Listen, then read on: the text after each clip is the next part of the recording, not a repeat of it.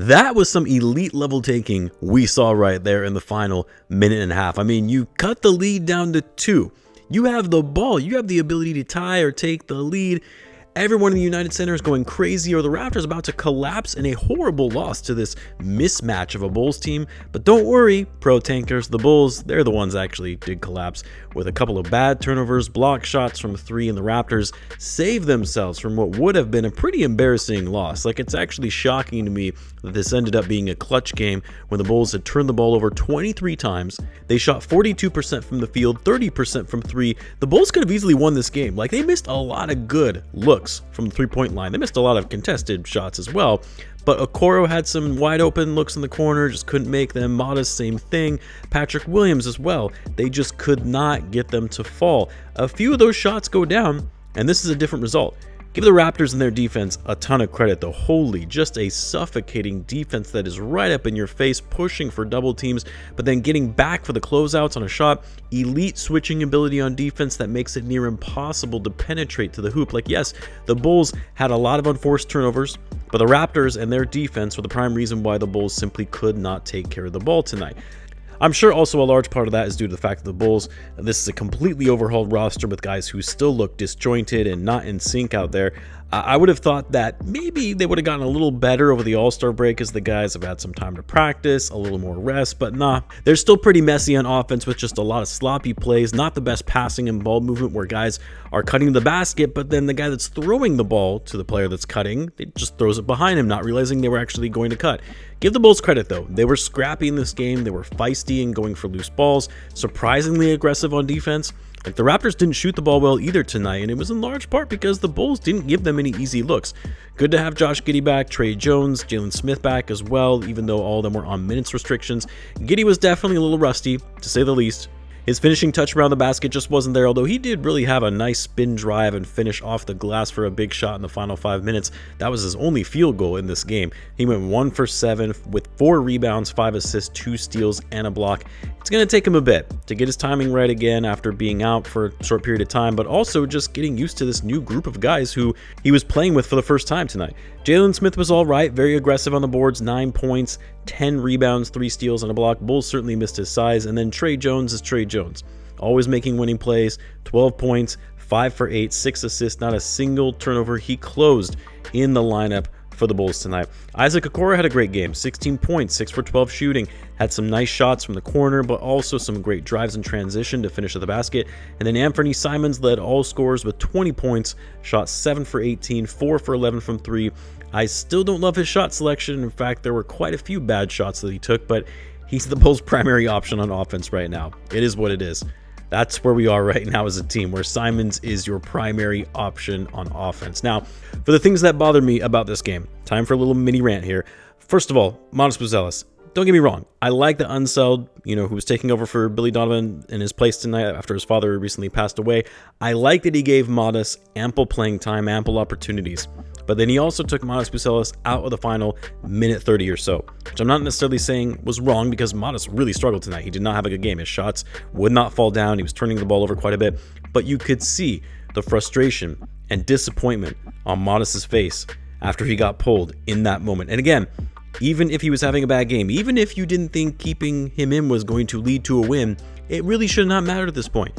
You need to give these guys those experiences in these clutch games. And it didn't work either because once he was taken out, the Bulls collapsed thereafter. But aside from that, yeah, man, we got to see Modest be better as well.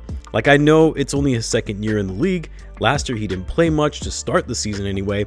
But we've got to see him be more effective in creating for himself. He's got to handle the ball better. He's got to get better with his off-ball defense. And he's got to get better shots up. Modest tonight, 2 for 10, 0 for 7 from 3. Also, just not a good shot profile. The majority of Modest's shot attempts should not be coming from the three-point line. Also, 6 boards and 4 turnovers. And then my other gripe from this game, why was Jaden Ivey left out of the rotation? Why was Colin Sexton getting 15 minutes over him? Sexton had a nice game, but come on now. He's not part of this team's future. Simons played 31 minutes. Did he really need 31 minutes? Trey Jones, I love the guy. I would love to see him play the full 48 minutes, but some of his minutes could have been spared for Ivey even to just get a few possessions in. Look, I'm not saying Ivey is necessarily better than any of these guys, and I get it. you have an over-concentration of guards, and you're not going to be able to play them all. But Jaden Ivey is set to become a restricted free agent this summer. You just traded for him. He's 23 years old. You have a very limited window to see what you have with this kid and whether or not it's going to be worth giving him a contract extension. A limited window where it really doesn't matter if you win games right now. There should be no reason why Ivey can't see the floor. Now, I don't know, maybe some reporting will be coming out shortly that, maybe he was late to shoot around, maybe he wasn't feeling well, maybe he got into an argument with the coach before the game. I have no idea, but you can't have Ivey be the odd man out when you have only 27 games, now 26, to see what you have with this kid and see if he's a piece that you're going to keep around for your future. Can't be great for his confidence either. I mean, he was already falling out and not fitting with the Detroit Pistons. Then he gets traded to a team that is taking a step back and doesn't have that great of talent, and he can't even get any minutes for the Bulls. Actually, as I'm recording this, I'm now seeing post-game comments from Wes Unseld Jr. on Twitter that his reason for Ivey getting the DNP was that it was strictly a basketball decision, noting that it's hard to play 6 guards and that he wanted to give extended minutes or get extended minutes with Trey Jones and Giddey alongside Simons. Jeez, man. You're more worried about Anthony Simons right now? I mean, are the Bulls really looking to extend this guy? I mean, maybe they're just trying to up his value and hoping for a sign-and trade in the summer, but I don't know. I don't know how that can be the priority for the remainder of the season. I really don't. We'll see if that continues once Donovan gets back and if that was just a Wes Unseld Jr. decision, but man, I cannot rationalize that one. Outside the Bulls still trying to win, of course, and chasing the play-in, which who the hell knows? Maybe that's what they're trying to do still at this point. Or who knows, maybe they're trying to tank Ivey's value so teams don't make any offers at him and they can just get him on a cheap deal or hell, even the qualifying offer to have him play a prove-it year next season. Also, Rob Dillingham should be getting more than 10 minutes. I know. How are you going to find minutes for all these guards? But Simons and Sexton should not be the priority. Dillingham was all right when he was out there, had some bad turnovers, but also had some nice plays and got to the basket well.